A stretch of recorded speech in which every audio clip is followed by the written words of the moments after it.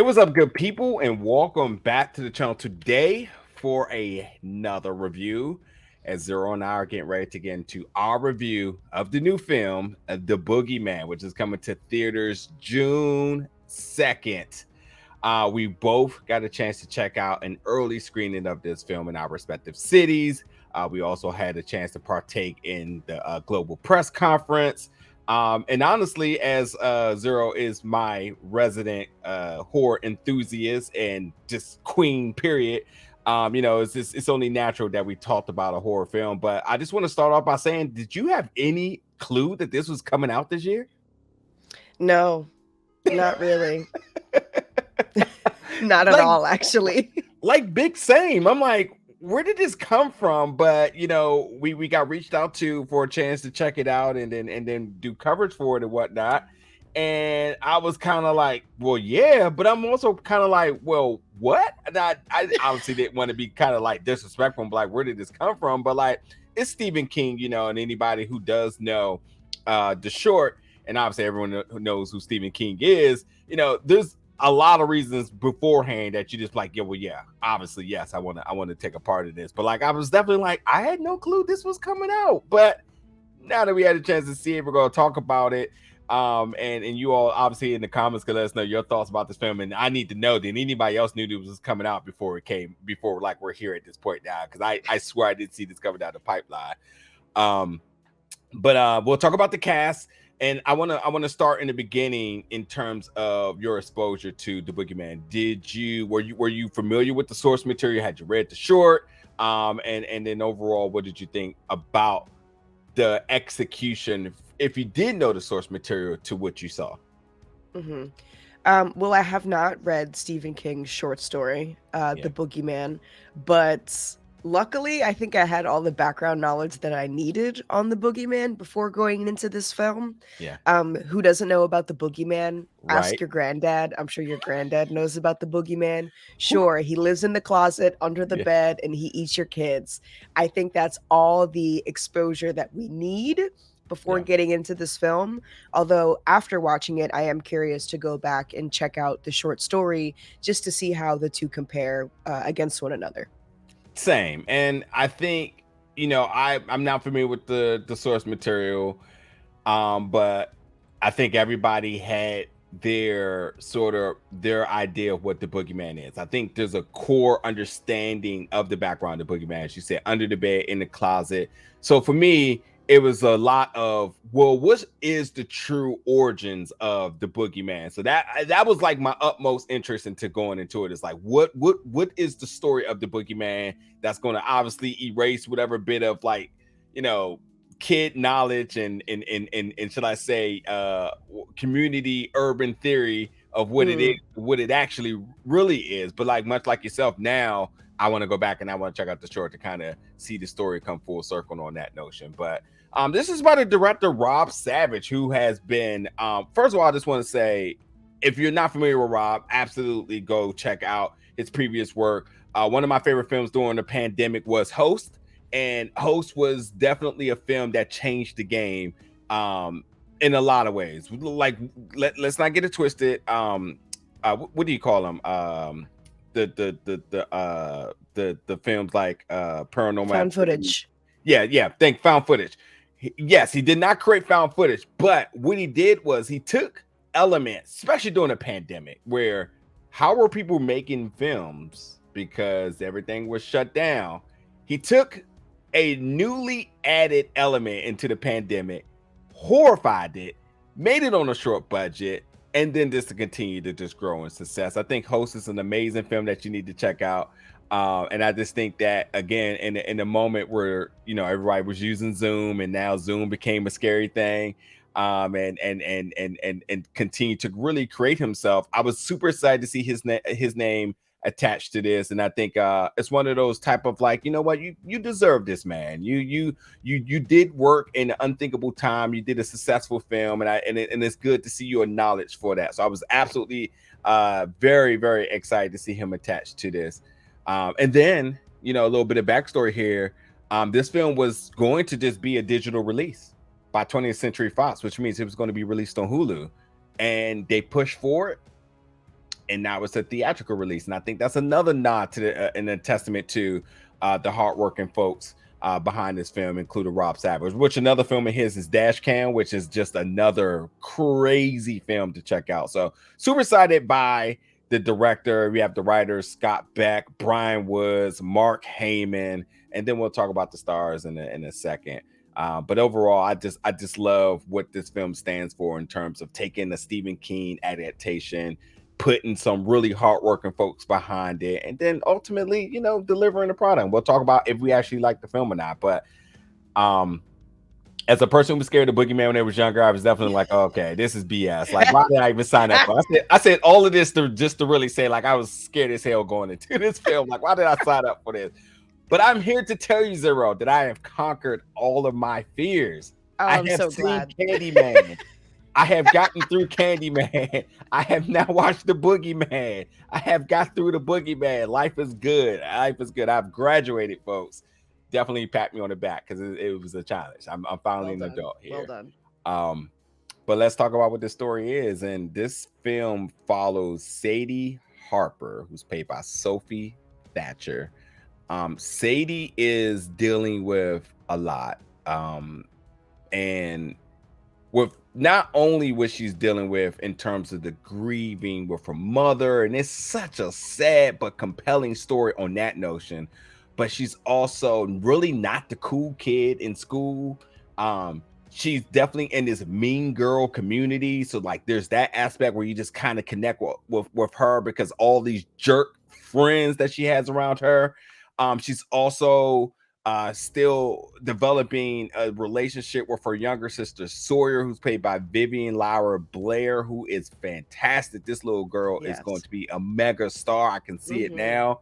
They have amazing chemistry. And then their remaining parent and Will Harper, played by Chris Messina, there. So it's about a story of a family who has lost the heart of their family and the wife and the mother, and moving past that, but also life around them. But at the same time, well, the Boogeyman is out here because the Boogeyman, if I understand correctly, he not only preys on fear, but he also likes his little kids, and I think that there's that aspect to it, but like a bunch of other little things. But for you, how would you describe what this film is about, and other elements to it? Because there's definitely other parts. This might sound a little messed up, but one theme that I was sure that I was going to get with this film before I actually sat down to watch it was a strange form of like child gaslighting. 1,000% right in my notes. Literally right in my notes. You know what I'm saying? Taking children seriously, which in turn just means taking people seriously, taking mental health seriously. And I liked the kind of plays because our father figure in this film, he is a therapist. So he is licensed to be able to dig into all these themes that could be quote unquote haunting someone. But when you take things literally, will you be believed at the end of the day? And that's exactly what we got here. I definitely think that's the main theme, but also there's like heavy feelings of grief, of moving on, but also staying in the past, like giving thanks in a strange kind of way, and also just strong familial ties, and as cliche as it sounds, man, like listening to your heart, I guess.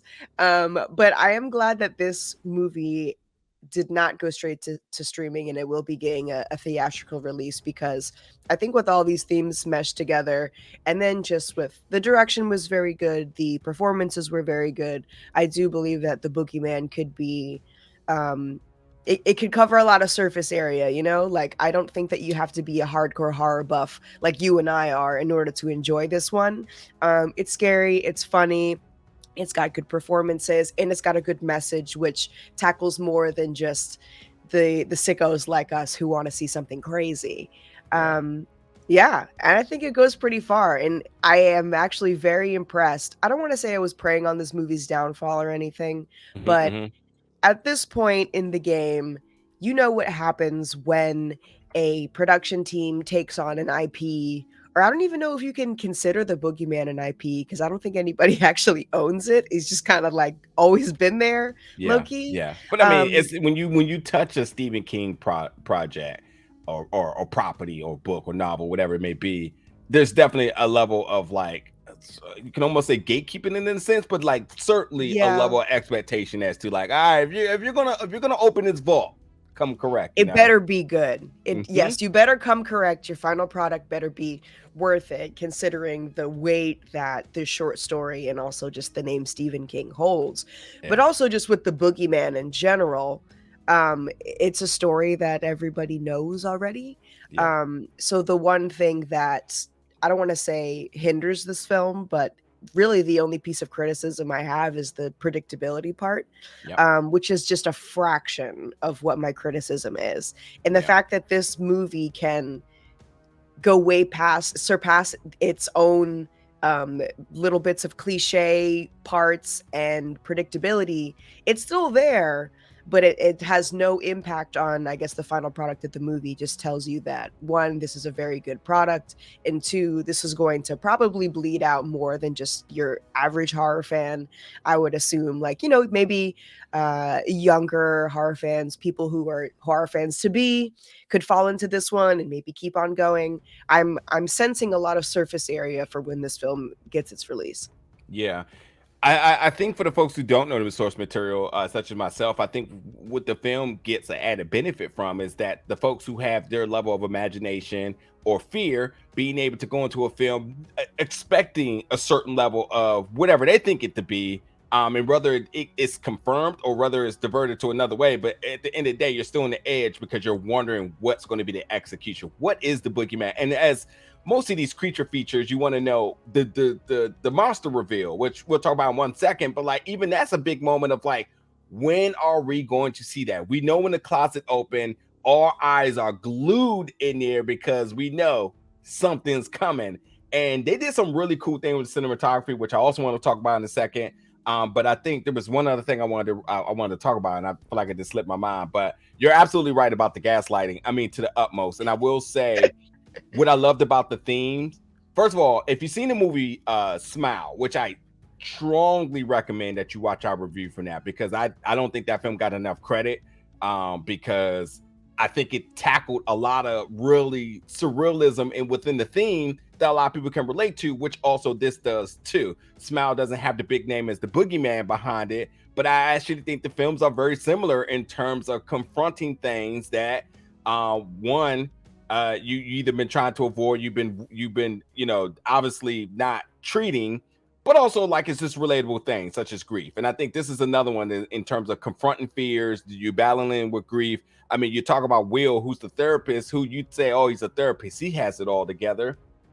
I'm sorry, but he also has to face his own bit of grief, and that's a real thing.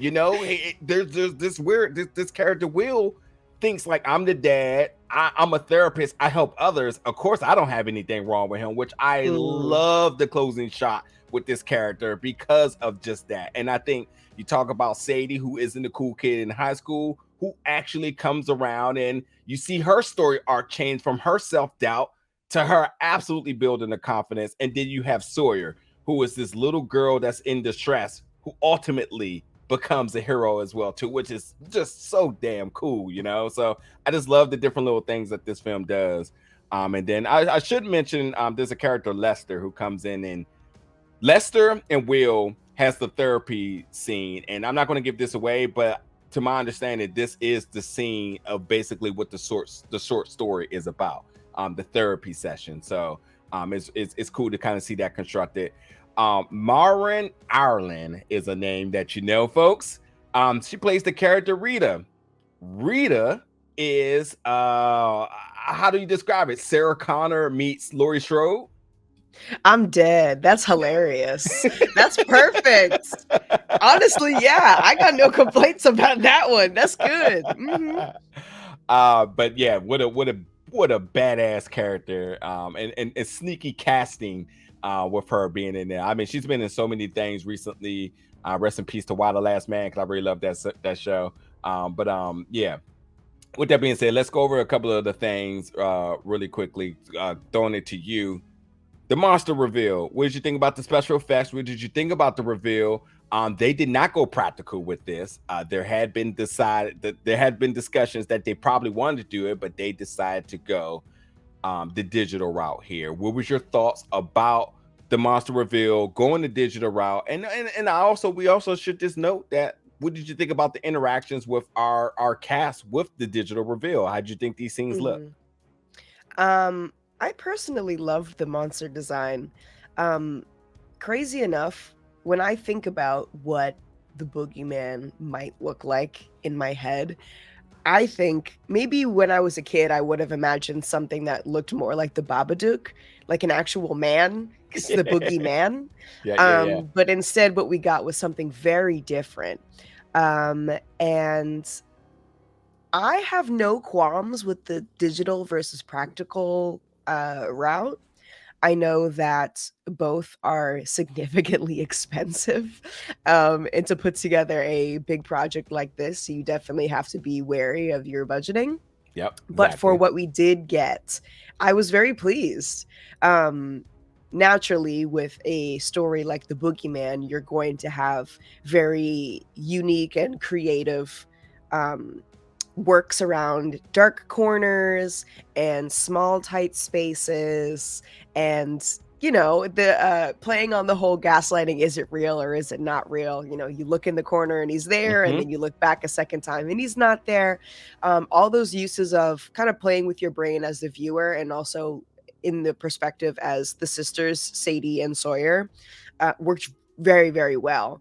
And I guess I'll say the tone, or the pace rather, from, I want to say, maybe a third into the movie, where shit starts hitting the fan, up until the climax and the finale of the movie, we see more and more of the monster, or the creature, or the man, whatever he actually is. I don't think we ever really get to know that, but does it really matter? Probably not. Personally, I think that I'm still firm on the less is more. Especially when it comes to, well, I guess both. The more that you look at something, the more you can pick it apart and be logical about it. And I want to say the last third of the movie, we do see a good amount of the Boogeyman, which kind of took me away just a tad. I think the Boogeyman was much more effective under the bed and in the closet and in the corner lurking.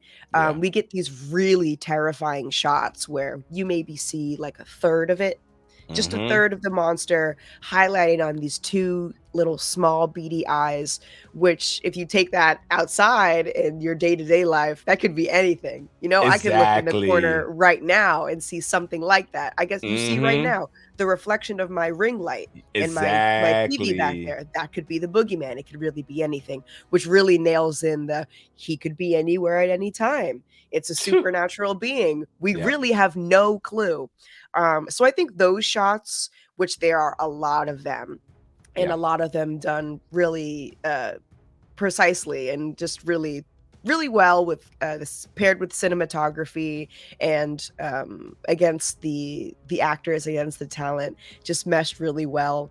I was taken out a little bit once we saw more of the Boogeyman. I do think, like, by the end of the film, we see the whole guy, the whole man, which was very interesting design choice. Very creepy and a little gross. I was in my head, I was imagining the more supernatural, ominous route, maybe like something that we've seen in Haunting of Hill House, or something more classically paranormal. But we got a little body horror with this one. We got a little sticky icky Cronenberg gooey. I thought it was great. What did you think?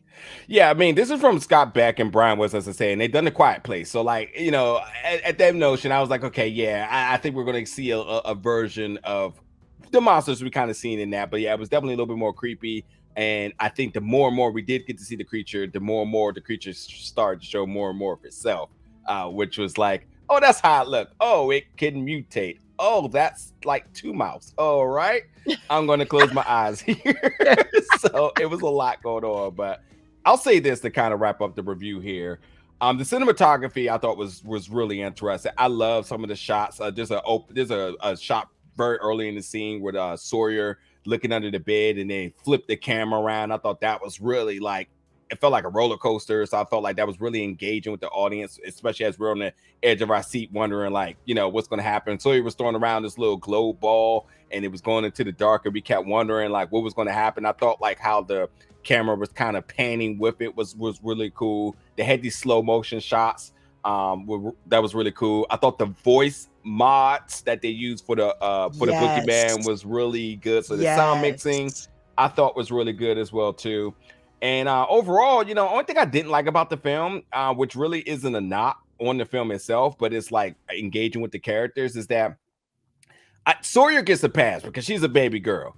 But there was times with Sadie where I'm just like, hey, home girl, you gonna cut on the lights? Because there's no reason for you to be in the dark right now. Like, there's really not, you know. There was definitely moments where you got frustrated with the characters because you're just like, you could make smarter decisions here. But at the same time, too, I think that's amazing. It's engagement.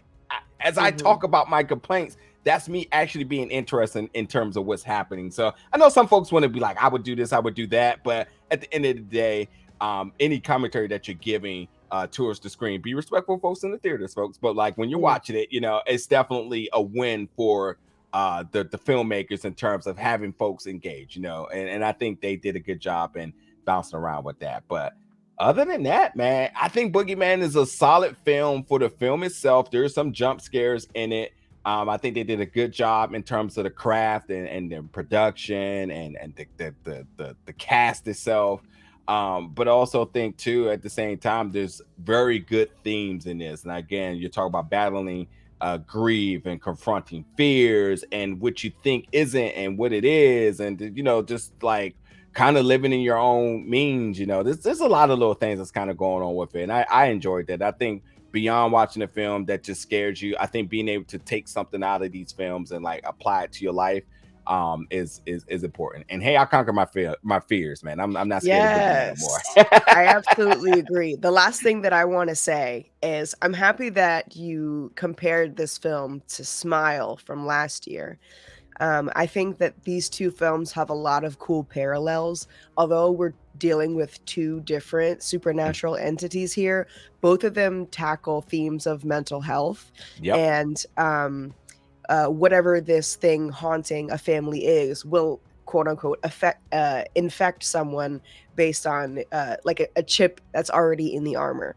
And how that can have you spiraling.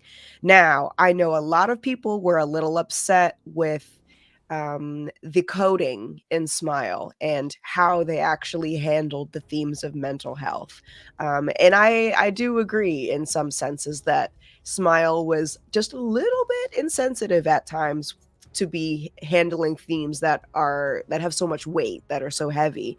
And I think Boogeyman is kind of the right answer. So if you enjoyed Smile, but you were a little bit wary about how they handled the themes, I would recommend going to check out the Boogeyman kind of as a Band-Aid fix and seeing how it could be done tastefully, and also you get a good jump scare out of it as well. There you have it. There you have it. Look, folks, the Boogeyman in theaters June 2nd. Get in the comments. Let us know your thoughts about this, your excitement for this. If you do know the short story, let us know about it. And obviously, we'll check that out at some point. But either way, let us know your thoughts, your excitement, your predictions, all that other good stuff for the Boogeyman. The press conference is available on the channel. You can check that out now. But until then, folks, and other reviews, we'll be back very soon. Y'all be safe. Don't be scared. And yeah, conquer your fears.